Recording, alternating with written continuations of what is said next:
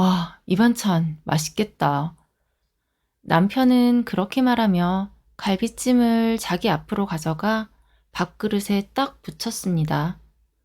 그리고 그건 모두 남편 차지였어요. 먹고 싶어 하는 아들에게는 딱 한 덩이만 건네주었습니다. 그리고 혼자 다 먹었어요. 저는 손도 못 대고요. 남편은 그런 사람이었습니다. 맛있는 건 내 거, 좋은 것도 무조건 내 거. 항상 내가 먼저가 당연했죠. 처음부터 말씀드리자면 저희 남편은 외아들이에요. 시부모님들은 정말 좋으신 분들이시거든요. 저한테도 친딸처럼 잘해주시고 명절 때도 저 고생한다며 항상 먼저 챙겨주시는 분들이세요. 사실 남편은 외아들이 아니었습니다. 5살까지 연년생 남동생과 함께 자랐어요. 시아버님은 신선식품을 유통하는 일을 하셨는데요. 그러다 보니 살짝 외진 곳에 살았다고 합니다. 큰 땅에 가정집이 있고 그 옆으로 커다란 식품 창고가 있었대요. 앞으로는 정말 넓은 마당이 있었고요. 그 마당은 남편과 동생이 함께 노는 놀이터였습니다. 그리고 그 마당으로는 큰 차량들이 수시로 들어왔다 나갔다 하며 물건을 실어갔다고 합니다. 차가 들어오면 부모님은 물건 수량 체크하시고 정신이 없으셨다고 해요. 짐을 다 실은 차량은 급히 빠져나가곤 했는데요. 그때 동생이 그만 그 차에 치여 하늘나라로 가게 되었다고 합니다. 기사님은 아기를 못 보셨고 아기도 어리다 보니 바로 반응하지 못했던 거죠. 그런 가슴 아픈 일을 겪으신 시부모님은 그때부터 남편을 애지중지 키우셨다고 해요. 하나 남은 아들에게 먼저 간 아들에게 못 준 사랑까지 다 준 거죠. 하지만 그게 과했던 겁니다. 남편은 자기밖에 몰라요. 그게 몸에 배어서 뭐가 잘못되었는지도 모르고 본인이 어떤 행동을 하고 있는 건지 인식을 못한다는 겁니다. 이제 다 큰 어른이 되었고 심지어 아버지가 되었지만 항상 자식보다 본인이 먼저예요. 남편은 먹는 거에 진심인 사람입니다. 그래서 항시 집에는 먹을 것들을 많이 사놓는 편이에요. 무더운 여름엔 과일도 정말 많이 먹는데요. 시원한 수박을 사서 썰어 놓으면 남편은 가장 달고 빨간 가운데 부분만 쏙쏙 빼서 가져가요. 가지런히 잘라놓은 수박은 남편 손이 한 번 닿으면 그대로 무너져 버립니다. 전혀 개의치 않고 항상 무조건 가운데 것만 꺼내가요. 여보, 그렇게 먹으면 나중에 먹을 사람들은 어떻게 해? 이렇게 말하면 남편은 뭐가 이상하냐는 듯 저를 쳐다보면서 말했어요. 왜? 내가 먼저 와서 먹는 건데 뭐가 문제야? 너도 그렇게 먹으면 되잖아. 심지어 과일 가운데 부분만 먹고 가장자리나 자투리 부분은 절대 안 먹습니다. 한 3분의 1 정도만 먹고 아랫부분은 그냥 내려놓아요. 그럼 그게 아까워서 제가 또 먹게 됩니다. 저도 그러면 안 되는 건데 아까워 도저히 그냥 버릴 수가 없거든요. 남편은 누가 시켰냐며 고칠 생각도 없고요. 밥을 먹을 때도 마찬가지였습니다. 맛있는 반찬이 있으면 자기 앞으로 당겨놓거나 위치를 바꿔놓아요. 때로는 반찬 그릇에 젓가락을 걸어 찍 자기 앞으로 끌어당겨 놓죠. 자기 밥그릇에 반찬 그릇을 딱 붙여놓고 허겁지겁 먹으면 아무도 그 반찬을 못 먹기도 했죠. 시댁에서 밥을 먹을 때는요. 남편이 그렇게 잡채를 가져가 먹자 시어머니는 잘 먹는다며 뿌듯한 눈으로 남편을 바라보셨습니다. 많이 먹으라고요. 뭐가 잘못된 행동인지 말씀을 해주셔야 하는데 예쁜 모습만 눈에 들어오시는 것 같았습니다. 아이 때는 그런 모습이 귀여울 수도 있죠. 하지만 다 큰 남자가 그러고 있으니 좀 불쌍스러운 일이 아니었습니다. 한 번은 제가 정성 들여 만든 갈비찜을 준비했어요. 유독 냄새가 좋았습니다. 정성스레 만든 덕에 너무 맛있게 요리가 만들어졌던 거예요. 그런데 그만 양 조절을 잘 못해 충분치가 않았어요. 남편은 식탁을 한번 쓱 둘러보더니 바로 갈비 접시를 집어 자기 앞에 놓았습니다. 아들 준호도 갈비를 좋아했어요. 갈비다! 이러면서 손뼉을 치고 좋아했습니다. 그런데 아빠라는 사람이 접시를 빼 자기 앞으로 가져가니 준호는 손을 뻗어 갈비를 집으려 바둥거렸습니다. 그러자 남편은 가장 작은 조각을 하나 들어 아들 접시에 올려주었습니다. 아들은 얌얌 맛있게 갈비를 정성스럽게 발라 먹었어요. 저는 아들이 먹기 편하게 잘라주고 도와주고 있었고요. 준우 먹는 걸 챙겨주며 잠깐 남편은 신경 못 쓰고 있었는데요. 다시 준호에게 갈비 하나를 더 건네주려 고개를 돌린 저는 경악했습니다. 남편이 접시에 있던 모든 갈비를 다 발라놓은 거예요. 제대로 하나하나 발라먹은 것이 아니라 덥석덥석 대충 뜯어먹었던 거예요. 먹었다고 하기도 그렇고 안 먹었다고 하기도 그런 지저분한 갈비살과 뼈 조각들이 접시에 쌓여 있었습니다. 너무 더러워서 바라보고 싶지도 않았어요. 결국 저는 하나도 먹지 못했고 아들은 딱 하나 먹고 그렇게 갈비는 끝이 났습니다. 준호는 갈비 더 내놓으라며 울고불고 떼를 쓰기 시작했어요. 저는 다시 해주겠다고 준호를 달랬고 준호는 눈물이 그렁그렁한 채로 밥을 먹었습니다. 하지만 남편은 아들이 우는 게 짜증이 났나 봐요. 준호야, 밥상에서 그렇게 우는 거 아니야. 아빠 밥 먹어야 하니까 조용히 해. 이러더라고요. 더 웃긴 건 자기가 침 발라놓은 갈비들을 그때서야 하나씩 천천히 다시 뜯기 시작했어요. 애기들도 안 할 그런 행동을 죄책감 없이 했습니다. 여름엔 시부모님을 모시고 나들이를 간 적이 있었는데요. 시부모님께서 약속 시간에 늦으셔서 뜨거운 햇빛 아래에서 기다리게 되었는데 근처에 작은 그늘이 하나 있었어요. 그 그늘은 어른 한 명이 간신히 들어갈 정도로 작았는데 남편이 혼자 쏙 들어가서 앉아 있는 거예요. 저와 아들은 뜨거운 햇볕 아래에서 기다리고 있었고요. 아들이 너무 더워서 아빠, 나도 그늘로 가면 안 돼? 라고 했는데 남편이 대답했어요. 여기 좁아서 안 돼. 그럼 나 안아주면 되잖아. 아들은 아빠에게 응석을 부리듯 말했습니다. 안 그래도 더운데 안고 있으면 더 더워서 안 돼. 아빠 땀나면 힘들단 말이야. 그렇게 말하고는 결국 아들에게 그늘을 양보하지 않았어요. 그러면서 본인은 그늘에서 핸드폰만 보고 있었죠. 5살 아들이 땀을 뻘뻘 흘리면서 기다리고 있는데 말이에요. 이 사람은 정말 아이들 아버지가 맞나 싶었죠. 그런 일들이 계속 쌓여가던 중에 저는 남편으로 인해 정말 창피를 뒤집어 쓰는 일이 생겼습니다. 아이 유치원 친구 부부들과 함께 바베큐 파티를 하러 가게 되었거든요. 총 3가족이 함께 갔어요. 그러다 보니 인원도 많고 북적북적했죠. 아이들은 먼저 물놀이를 하고 놀았습니다. 애들이 계속 놀고 싶어하는 바람에 밥 시간이 좀 늦어지게 되었어요. 아이들도 많고 어른들도 배가 고픈 상황이었죠. 고기를 굽기 시작했는데 다들 불판만 바라보고 있었습니다. 불판을 2개로 했어야 했는데 1개로 했던 게 잘못이었어요. 구워지고 있는 고기를 보자 어른들도 배가 더 고파진 듯 했고 아이들도 빨리 달라고 발을 동동 굴렀습니다.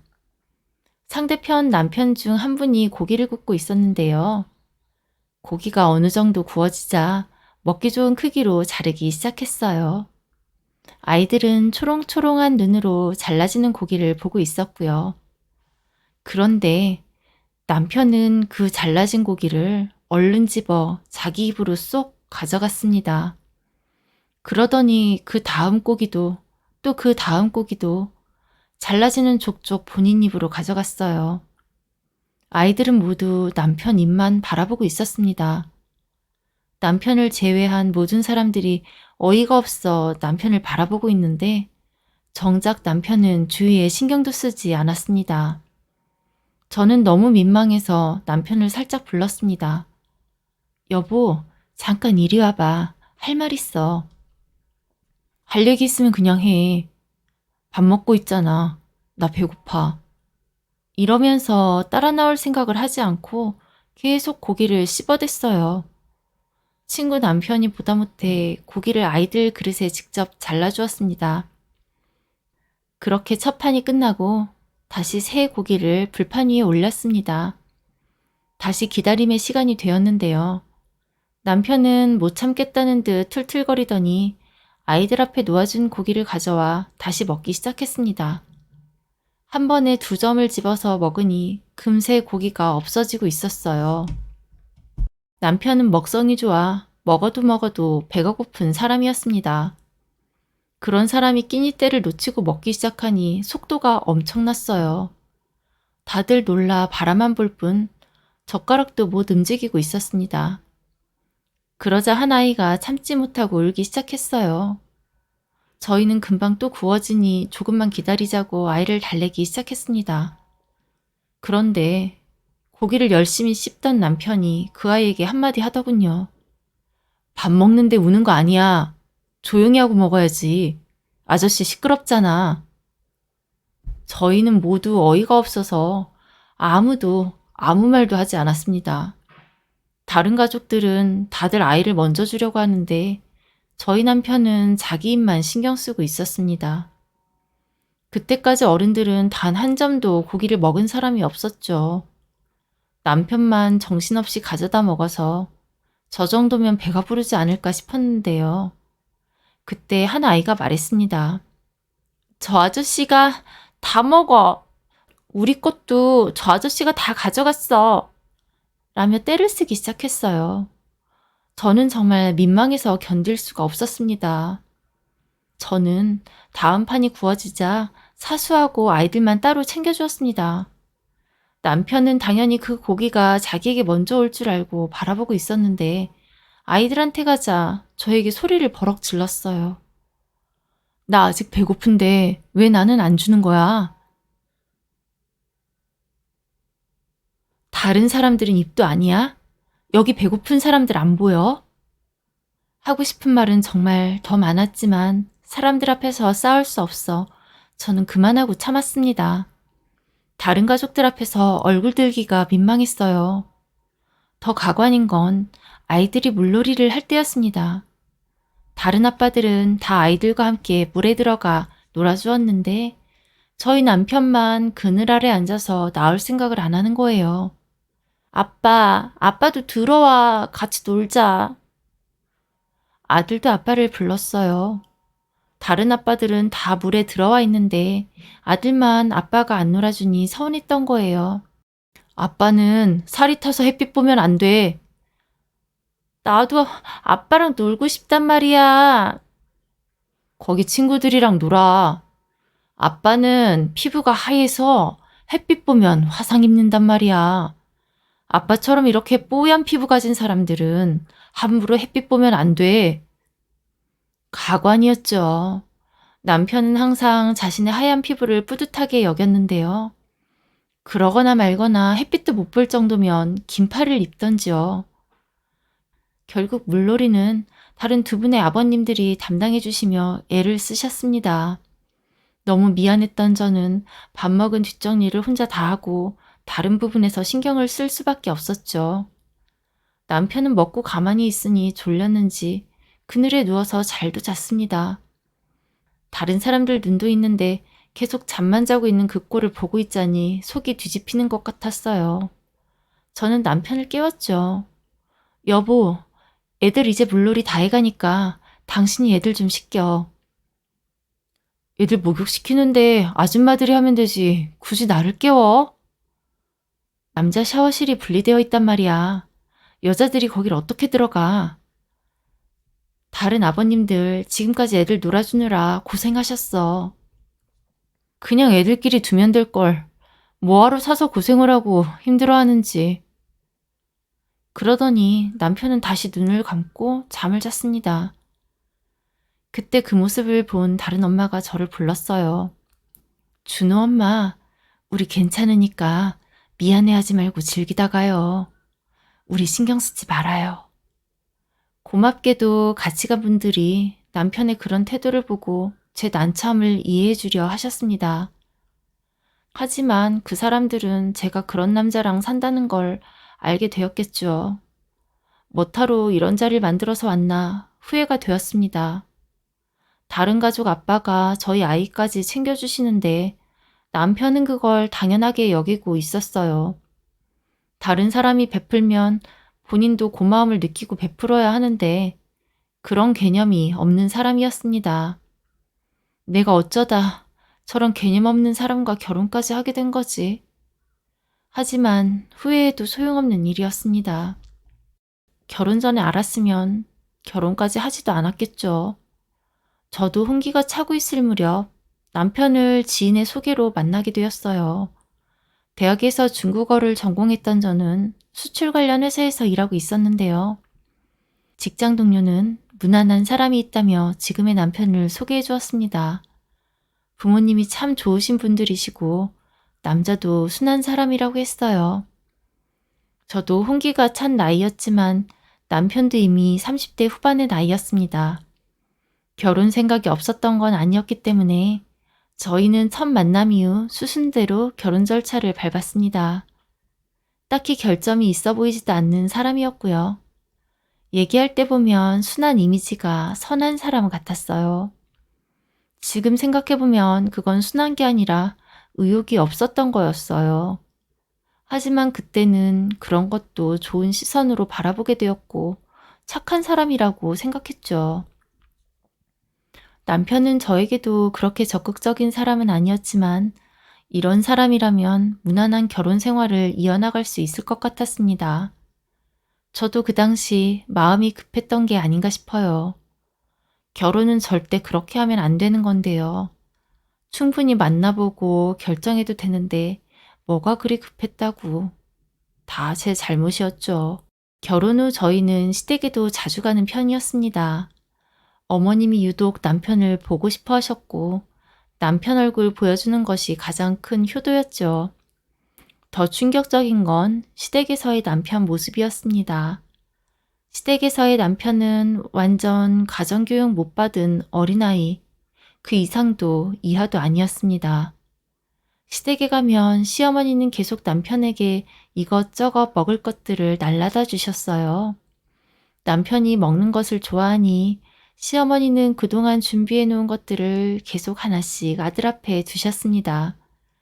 아들, 이거 엄마가 말린 곶감이야. 아들 이거 좋아하잖아. 네가 좋아하는 대로 다 안 말리고 반만 말렸으니까 먹어봐. 아들, 이 유과 아들이 좋아하는 거지? 좋은 재료로만 구해서 직접 만든 거니까 먹어봐, 우리 아들. 이런 식으로 밥대가 아니어도 끊임없이 주전부리 간식들이 쏟아졌습니다. 남편은 누워서 손가락과 입만 까딱까딱 했어요. 그리고 항상 먹을 걸 주면 맛있는 부분만 베어 먹고 나머지는 그대로 접시에 내려놓았습니다. 시어머니는 남편의 먹는 모습이 세상에서 제일 행복하다며 그 모습을 사랑스럽게 바라보셨고요. 그리고 당연하다는 듯 남은 음식들을 가져가 어머니가 드셨습니다. 그 행동을 집에서는 제가 하고 있었고요. 가정교육이 전혀 되어 있지 않은 아이가 아빠가 되어버린 거죠. 그런 일들이 계속 반복되면서 저는 점점 지쳐갔어요. 어릴 때는 꼴도 보기 싫어 누구에게 하소연이라도 하고 싶었습니다. 하지만 제 친구들도 그 당시 상황이 좋지 않았어요. 한 명은 남편이 바람이나 사내만에 하는 중이었고 다른 친구는 시동생이 같이 들어와 살겠다고 밀어붙이는 바람에 이혼 얘기도 왔다 갔다 하고 있었죠. 친구들 얘기 듣다 보면 결국 제 얘기는 못하고 지나가게 되었습니다. 그런 친구들한테 제 얘기를 공감받기 힘들 것 같았어요. 하지만 속으로 저는 정말 힘들었죠. 아들이 이런 아빠를 보고 똑같이 자라면 어떡하지? 사람들에게 얼마나 미움을 받는 어른이 되겠어요. 이대로는 안 되겠다는 생각이 들었죠. 뭔가 해야 한다고 생각했습니다. 그러던 중 저는 몸살 감기로 며칠 앓아눕게 되었습니다. 사실 남편이라고 집안일을 도와주는 것도 아니고 아기가 한 명 더 있는 거나 다름없었거든요. 감기 몸살로 저는 방에서 나오지도 못하고 누워 있었습니다.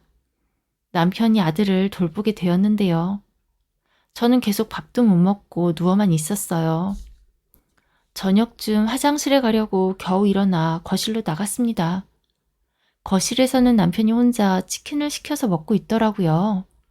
아들은 어디 있나 찾아보니 방에서 낮잠을 자고 있었어요. 남편은 그 사이 치킨을 시켰던 모양이에요.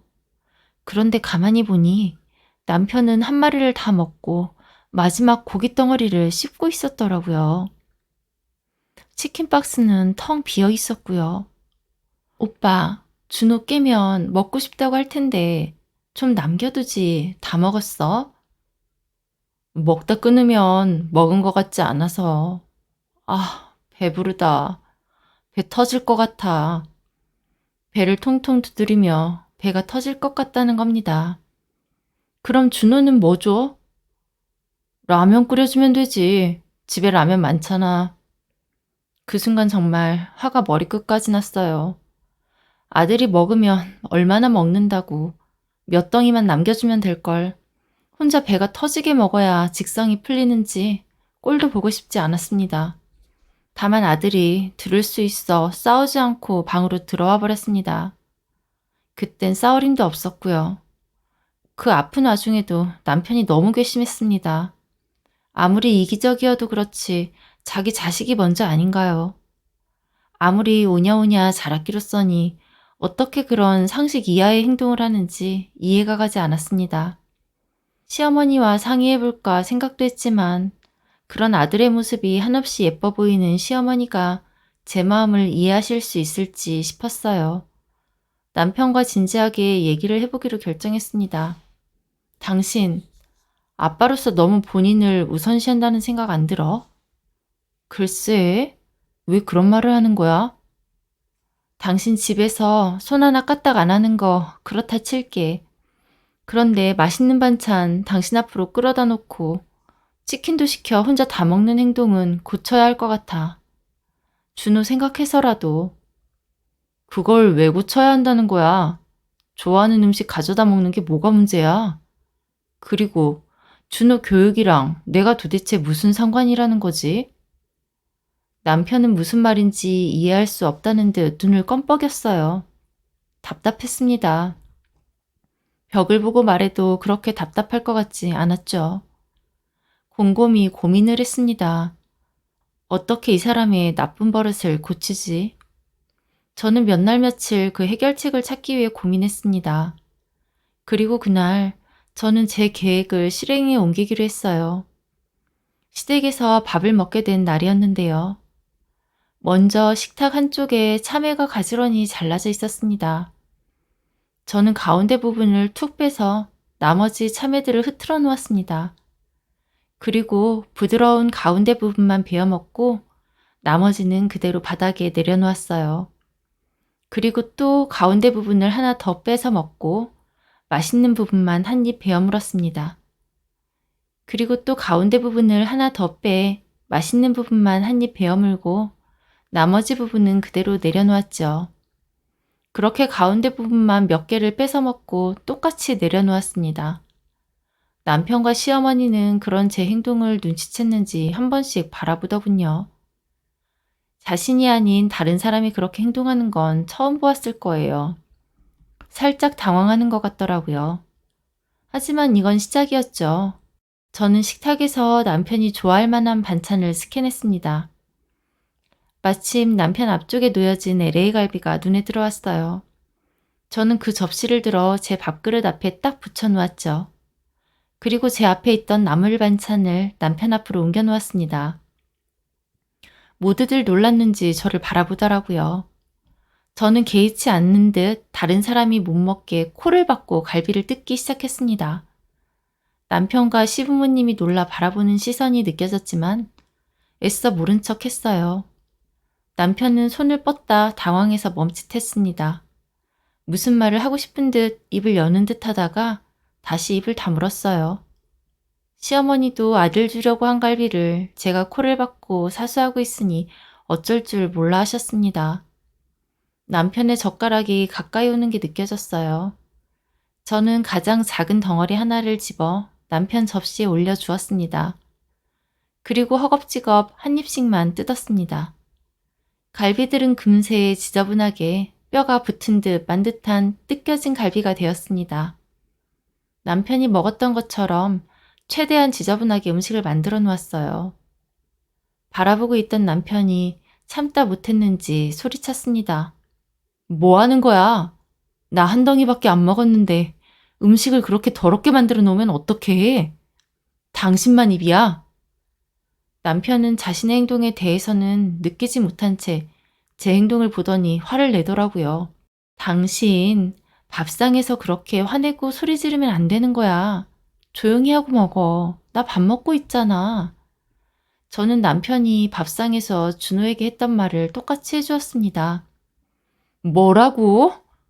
남편은 기가 막히다는 듯 말했습니다. 이 상황을 나보고 참으라고? 그렇게 더럽게 먹으면 혼자 다 먹겠다는 거잖아. 내가 다 먹겠다는데 뭐가 문제야? 먹고 싶은 거 먹는 게 잘못되었어? 당신 도대체 밥상머리 교육을 어떻게 받은 거야? 집에서 그런 것도 못 배웠어? 제가 거울 치료를 해주고 있는데도 남편은 여전히 깨닫지 못하고 저에게 입바른 소리를 했습니다. 기가 막혀서 맞받아치려는데 그 순간 시어머니께서 남편에게 조용히 말씀하셨습니다. 엄마에게 얘기하렴. 무슨 말씀이세요? 엄마에게 무슨 얘기를 해요? 엄마가 네 교육을 그렇게 시켰다. 교육 잘못 시킨 건 다른 그 누구도 아닌 바로 나야. 눈에 넣어도 아프지 않은 너를 위한다고 그렇게 키웠는데 그게 너를 망친 거였어. 놀랍게도 거울 치료를 받은 건 남편이 아니라 시어머니셨습니다. 시어머니는 제 모습을 보시고 남편이 평소에 하던 행동이 잘못되었음을 깨달으신 거죠. 남편이 그렇게 먹을 땐 한없이 예뻐 보이던 모습이 며느리인 제가 그렇게 먹고 있으니 보기 힘드셨던 겁니다. 어머니는 힘들게 입을 떼셨어요. 며느라, 그동안 아들놈이랑 사느라고 힘들었겠구나. 내가 아무것도 모르는 망나니로 아들을 키웠어. 다 내 잘못이다. 내가 이제서야 그걸 깨달았어. 내 아들만 보고 있을 때는 그걸 몰랐어. 내가 진심으로 사과하마. 엄마, 무슨 소리세요? 제가 뭘 잘못하기라도 했다는 거예요. 남편은 그때까지도 영문을 모른 채 핏대를 세웠습니다. 너 방금 며느리 밥 먹는 거 보면서 생각나는 거 없었어? 먹고 싶은 반찬 내 그릇 앞에 가져다 놓고 먹는 거 말이야. 혼자 먹으려고 한 입씩만 뜯어먹고 그 행동이 잘못된 건 알겠고 누가 하던 행동인지는 정말 모르겠어. 남편은 버럭하려다 갑자기 말을 뚝 멈추었습니다. 그리고 아무 말도 하지 않았어요. 시어머니와 남편은 그대로 밥도 먹지 않고 한동안 멍하니 식탁에 앉아 고개를 숙이고 있었습니다. 남편도 그제서야 그게 자신의 모습이었다는 걸 깨달았는지 충격을 받은 모습이었습니다. 내가 정말 그랬어? 정말 밉상스러웠을 것 같아. 내가 그랬구나. 밥 먹을 때마다 힘들었지. 준우도 나처럼 자라면 안 되는데 내가 정말 이기적이고 나쁜 놈이었네. 내 행동 하나하나를 생각해보니 정말 부끄러워. 준호랑 당신한테 정말 아기 같은 이기적인 모습 많이 보였던 것 같아. 그동안 다른 사람들이 나를 왜 싫어했는지도 이제야 알겠어. 내 행동이 이상하고 불쾌하다는 걸 전혀 느끼지 못하고 살았던 거지. 이제라도 느꼈으면 다행이야. 내 자신이 너무나 소중해 다른 사람들에게 불편을 주고 있다는 걸 전혀 느끼고 있지 않았어, 당신. 느끼려 하지도 않았지. 당신 말대로 준우한테 지금이라도 좋은 모범이 되어 바람직한 아이로 자라게 도와주자. 좋아. 내가 못 느끼는 부분이 있다면 당신이 얘기해줘. 바꾸도록 노력할게. 이렇게 저는 거울 치료를 통해 남편과 시어머니에게 깨달음을 주었고 다행히 그게 통했던 거였습니다. 그동안의 답답함이 한 번에 뚫리는 느낌이었어요.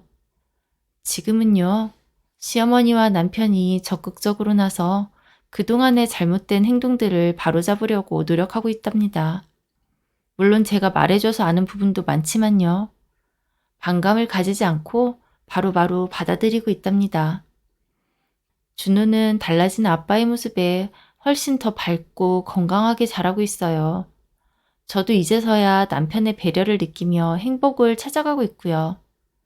이제 야외에 놀러가도 남편이 고기를 구워요. 배가 고파도 준우와 저를 먼저 챙기고요. 쉬는 날에도 집에만 누워있지 않고 준우랑도 열심히 놀아주고 설거지도 하며 저를 도와준답니다. 그리고 제가 가르쳐주지도 않았는데 저한테 오늘 고생했어. 힘들었지. 이런 말들도 하기 시작하더라고요. 같이 하다 보니 힘든 마음이 이해가 갔나 봅니다. 나 이제서야 남편으로서 그리고 아버지로서 제대로 된 인생을 살고 있는 느낌이야. 당신이랑 준우 안 만났으면 평생 모르고 살았을 수 있어. 나는 당신이 달라질 줄 알았어. 당신은 심성이 착한 사람이라 고칠 수 있을 거라 생각했어. 당신은 단지 몰랐던 거야. 그렇게 저희 세 식구는 지금 남부럽지 않은 생활을 하고 있습니다. 이게 다 시어머니의 빠른 인정과 노력이 있었기 때문이라고 생각해요. 자기 자신을 인정하고 바꾼다는 건 정말 쉬운 일이 아니라고 생각하거든요. 그런데 저희 가족은 그걸 해낸 거죠.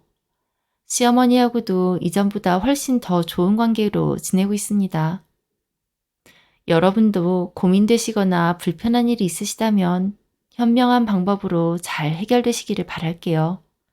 오늘보다 더 나은 하루하루를 맞이하시기를 바라며 오늘 얘기는 마무리할게요. 제 얘기 들어주셔서 감사하고요. 모두 행복하시기를 바랍니다.